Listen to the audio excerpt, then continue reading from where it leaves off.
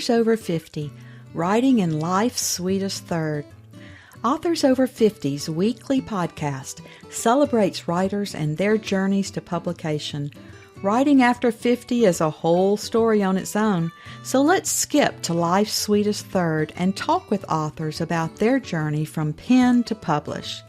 Welcome, I'm Julia Daly, your host, and I invite you to listen to interviews with writers who've achieved their goal of publishing a book just later in life. We've seen award lists for under 30 or under 40, but I've yet to see lists for those who've achieved a significant milestone of their own, launching a new career and publishing their first book after the age of 50. We will hear about these authors' inspirations, struggles, strategies, and the smell of that first book. These writers' journeys inspire me because I'm one of them. My guest today received her MFA in creative writing from Regis University in Denver, Colorado. She finds inspiration for her writing in the landscape of rural northwestern Colorado, where she and her husband raise hay and quarter horses in the Elk River Valley. Her first collection of essays, At Home in the Elk River Valley, Reflections on Family, Place, and the West, was recognized as a Regional Nonfiction Finalist by the National Indie Excellent Book Award program. It was also the recipient of the Colorado Independent Publishers Association's Bronze EVVY Award. Her work has appeared in many publications, including Amsterdam Quarterly, the Hong Kong Review, and the Colorado Sun. Welcome to Authors Over 50, Mary B. Kurtz. Thank you so much, Julia. It's wonderful to be here. Mary, our opening question is always, so what took you so long to write your first book? I guess off the top of my head, I had other things to do along the way. But I wrote poems as a child and always enjoyed writing through school. And I was a teacher, stay-at-home mom, did some other things, but about 20 years ago, I decided I really wanted to focus on my writing. So I went back and took a lot of courses online and worked with writing teachers and mentors and started a daily writing practice. And here I am. It was just the next chapter in my life. So it was just part of the journey. What was that daily writing practice? Are you a morning person or a night person? I'm definitely a morning person. My tent folds up pretty early in the evening, but my mind works really well in the morning. So I adopted a daily writing practice at the beginning. I write one page every day and do some readings, daily readings. And recently, out of the pandemic, I came across something where, if you're too busy or feeling a little overwhelmed, there's nothing wrong with a one-sentence journal. And so I started that a little over a year ago, and it's added to my daily writing practice right now. But it's really been kind of interesting to do. And it can be about the weather. It can be some epiphany. So that's included in it as well. And then my writing during the day, if I'm working on a project, then that's, larger spaces of time. Well, I love the one sentence journal because a lot of times we think we have to, fill a journal with pages. And I love just one sentence. That takes a lot of pressure off. It does. That period of time when I first started, it was such a relief because I just didn't have time or the energy to think. And I haven't gone back and read it in over a year, because when I come to the end of the notebook I have, I'll go back. And I think it's going to be kind of interesting to see what's there. I love that. And I love that you wait to revisit it. I went to a church one time where they had us on New Year's Eve write a letter to ourselves, and they would mail them the following year. And it was so interesting to find, what we were hoping for and dreaming about a year earlier to see if it had come true for us. Yeah, that's a wonderful idea. I like that. Well, once you wrote your first book, how did you proceed? Did you search for an agent, decide to use a hybrid, a small press, or did you self-publish? I actually decided to go and try a university press. And actually, my first Women Writing the West conference was in Colorado Springs, where I pitched to Clark Whitehorn at University of Mexico Press. And I worked with him for about a year. We did some shaping and so on, but in the end, the acquisition board decided not to take it. And at that juncture, I had some other things I wanted to write. And I thought, I want to complete the project and I want to have something in hand. So I decided to self-publish. And I learned a lot by doing that. I'm really glad I did. And whether I had it in hand just for myself and my family, but I decided to go ahead and enter it in the National Indie Excellent Award Program and the EVVY. And it turned out to be a good thing. So that was about 10 years ago. Well, what was your inspiration for that first book? My daily life. Living on a ranch, we don't get away very much. And so we are rooted, deeply rooted here in our rhythm through the seasons. And so that book, I intentionally started writing for a year. And I started in the spring and started writing about daily occurrences and stories about our life. And so I had set out to write something that would be seasonal. The other thing probably too that's really important part is I'm someone who really needs and wants to be outside every day. And I've always been like that since I was a little kid. So there was a drive to be outside and be in the physical landscape and so on. So there's a lot of nature writing in my work too. So, and this is a beautiful part of the world. We live in for a mountain landscape. Hard not to be inspired here. Very true. And self-publishing is such a wonderful option for so many authors today. What kind of learning curve was there for you to be able to publish? There was a big one. I pretty much researched it on my own, but there's so much online. I mean, I tried to find a reputable self-publisher and do all my homework, make sure my manuscript was well edited. I had pretty strong ideas how I wanted it formatted, and I have some photographs in it to accompany the writing.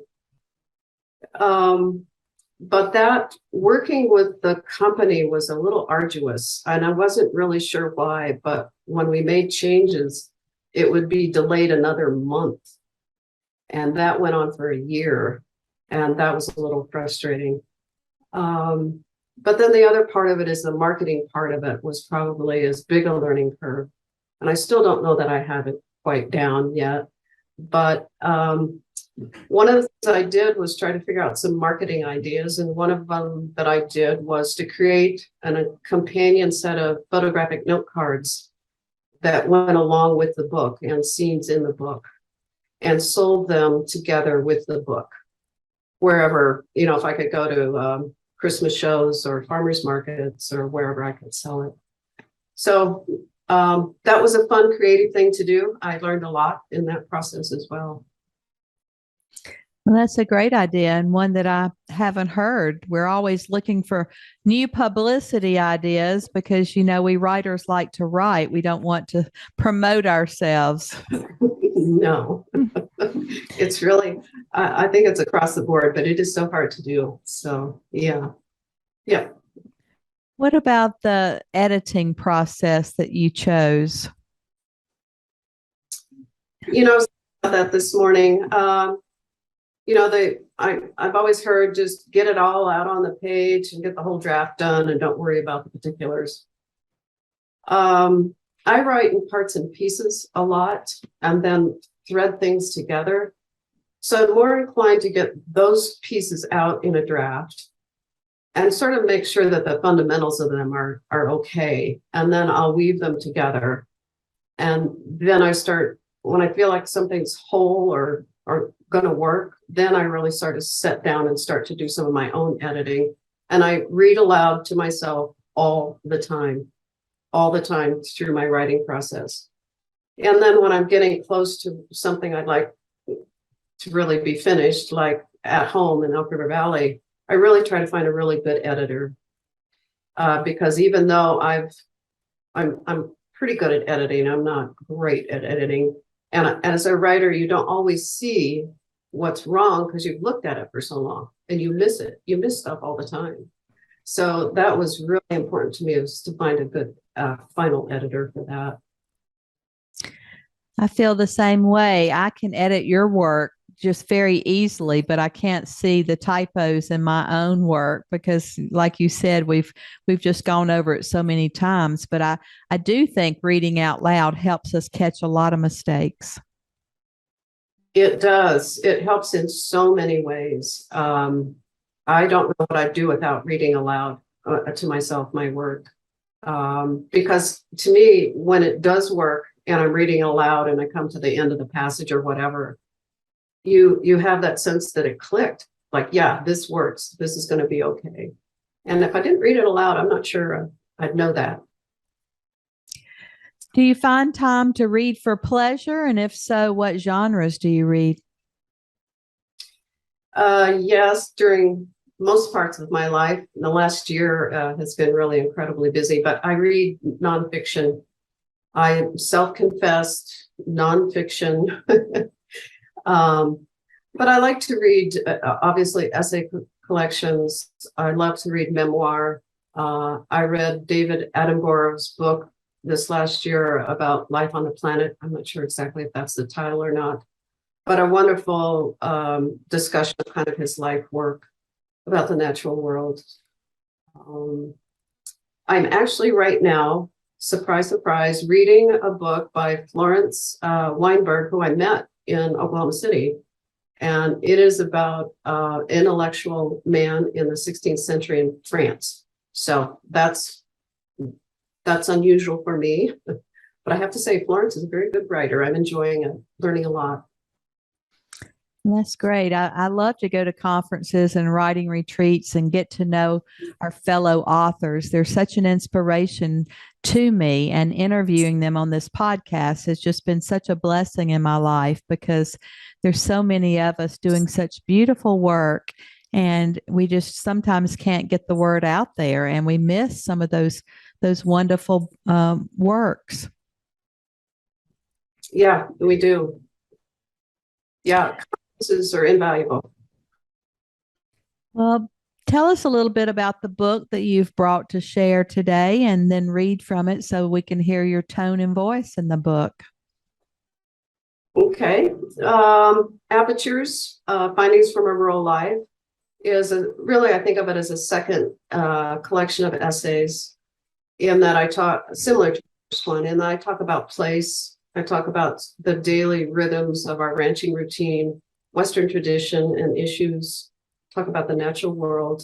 And at this point in my life, there is a thread through this collection that really is about this stage of life, about aging, about facing this last chapter, and how do we go about navigating it.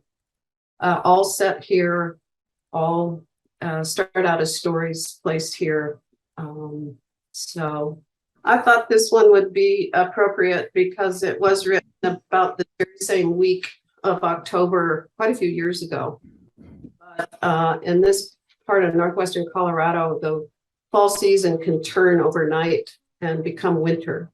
We like it to take a little more gradual turn, but some years it doesn't. So this essay is called, and I'm just going to read the first probably page and a half, if that's all right. Sure. Winter slips in.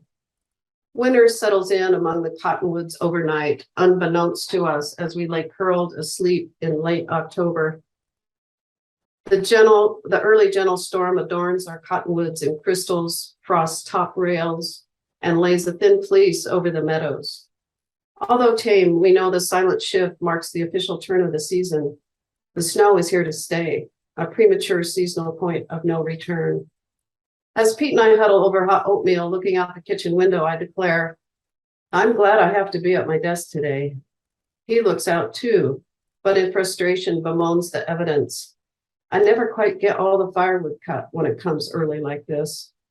It's not that we're unaware of winter's approach. It does snow in October on our ranch in northwestern Colorado, but it often melts and recedes.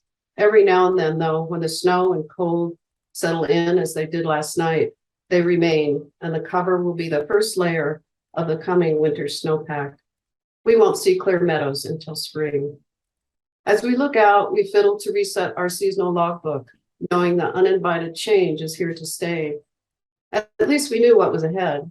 We've wintered over in the valley for many years, and our knowledge, history, and experience serve as handy tutors for mentally preparing ourselves. We brace for the moods of the chill. The low spirit of a deep cold, like an assault, freezes fingertips and toes and threatens to bring life on the ranch to a halt. When temperatures reach 20 and 30 below zero and Pete's diesel tractor won't turn over in the morning, feeding chores are delayed until the block heater warms the steel. Every few days, he'll clean ice from the waters near the barn and take an axe to the river where the cattle drink. If the horses and cattle aren't well hydrated, they might colic, developing a critical intestinal condition that may bring premature death. We also prepare for winter's winds and heavy snows. They add to the labor, and we mentally prepare for the work. Every morning and evening, the horses, broodmares, geldings, and yearlings, and heifers must be fed. During any given winter, 300 to 500 inches of snow may fall in the nearby high country, leaving 3 to 4 feet stacked up here on the ranch. For cars, trucks, and tractors to come and go, Pete bundles up in his Carhartts and down jacket and climbs into the John Deere 6300 tractor with a large snowblower attached. In January, he can spend half a day blowing out the driveways, hay sheds, and barnyards. Then each and every gate, a half a dozen most days, must be cleared, either by hand or by the tractor blade, so the metal Powder River gates swing freely. When I reflect on this fall season turning overnight, the forces and creatures in the natural world move to a beat often unheard and unseen. The turn catches me in the same way as the new fleece covering the meadows on those mornings late in October. The sweet purple crocus under the kitchen windows so often erupts in April, already in full bloom above the lingering snowpack before they catch my eye. Some years when I spot the first sandhill cranes in May, they've already settled into the riverbank and marsh, anonymous in gray. I'd missed their arrival. I hadn't witnessed their first spring flight up the valley. Then before I knew it, the first avian clutches appeared. The sparrows, so secret, had already roosted atop the dryer vent outside my back door. What is it in their veiled eruption, their undercover return, their secretive appearance that catches me so? They slip into my world unannounced, but so brilliant in their persistence and loyalty to the rhythms of the natural world. Now in my 60s, beneath the surface, the years have accumulated. For most of my life, like candle ice forming in October, the biological forces of aging were unseen and unheard. I had only an occasional reminder that the body can fail and hurt. I always recovered to an acceptable condition, but for me, there was a tipping point at 60. And now I'm painfully aware of aging, and I'm angry. Like the intrusion of an early winter, who gave aging permission to steal my youth and settle in? That's beautiful, Mary. Thank you. We're on a ranch here in Texas, but we don't have those harsh conditions usually. We don't have the snow. That adds another layer to the work on a ranch. It sure does. You know, it is beautiful, but it is so much work. So anyway. Will your ranch be a generational ranch? Do you have children or relatives to take over the ranch? We hope so. And I address some of those issues in my book. We have 2 adult children and their families here on the ranch or nearby. And over the last 3 to 5 years, we've been trying to plan for and figure out how it might be carried forward. which is, a very difficult thing to do. And we hope we can. We try to diversify a little bit, see what could help sustain the ranch, both as the case for many ranching families. Those people are doing other things besides the ranching. And it's the day-to-day operation that is the challenge for us to kind of sort out. So we're working at it. Both families are here, and we're just hopeful that there'll be some combination of things that helps sustain a ranch financially. I certainly hope that's the case. It breaks my heart here in Texas when these vast ranches that have been in the same family for generations are broken up and subdivisions built on them. Yes, especially that. Wow, it just breaks your heart. Yeah. Well, your essays are apparently doing a great job out there in the world, because at one time essays were difficult to sell, but now I think they've had a resurgence, haven't they? I think they have, and I think they've had from kind of a resurgence, maybe even out of the pandemic, of people writing more. I know there was a judge for a Colorado poetry group, and during the pandemic, their submissions skyrocketed. And yeah, absolutely right about the essay form. This is kind of a funny story. Do you know Cynthia Massey? Yeah. At Women Right in the West. Anyway, she's from San Antonio. I first met her up in Linwood, Washington, and I was talking about essays, and it seemed to be hard to find places that would publish essays. And she was kind of kidding me about essay form being, the market for them is about that big. But I think it's changing. I have, in my MFA program, I read a number of books that were sort of guides for me, because they were among some of the first collections of essays that were used as memoir. And that's kind of a new thing. But what a wonderful way to be able to do it. You've got little snippets of life to put in place. And I think it's really accessible. I think it's a little easier as a writer in some ways to be able to do it like that.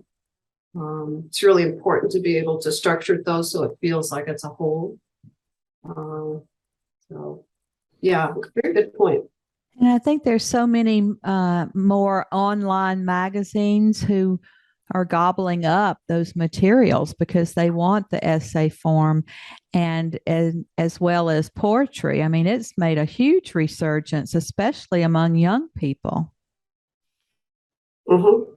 Yeah, it's a wonderful thing. I just think it's great. But you're right about the online too, the submissions. I was really intrigued. A number of the submissions that you mentioned came during the pandemic. And, it wasn't like it was like everybody else. I went home and my life was going on, but there was a focal point on trying. And I was impressed with how literary the drive to write and print and publish and get this stuff out. It was amazing that these literary journals kept on going. Now, not all of them, but there was a really active, vibrant thing going on out there, even during the pandemic. Well, I've spoken to so many people who said they had such introspection during this time of COVID and being at home, and they wrote so much during that time. But I had others who said I couldn't even get a sentence on paper. So it ran the gamut, of people who could write and people who couldn't write during the pandemic. You're right. I marveled early on, especially at writers that were just writing about the pandemic, and I went through periods where I was one of those that couldn't write, and I went through periods of production in my writing and kind of back again. But yeah, I marveled at the ones that could articulate their experience so well when they were in the middle of it. Mm-hmm. What do you think was the best money you've ever spent as a writer? Editing. I was thinking about that this morning. I'm delighted I did my MFA that was a wonderful investment. It was one of the best things I ever did in my life. But to spend money on editing helped me be accepted, number one, to my MFA, to make sure my work was in good shape all along the way. So I was thinking about it earlier, but I think that bottom line, that's probably the case, that it really made sure that my work was in good shape. Does your family support you as a writer? Do they give you the time that you need, or would they rather you be out there feeding all those horses?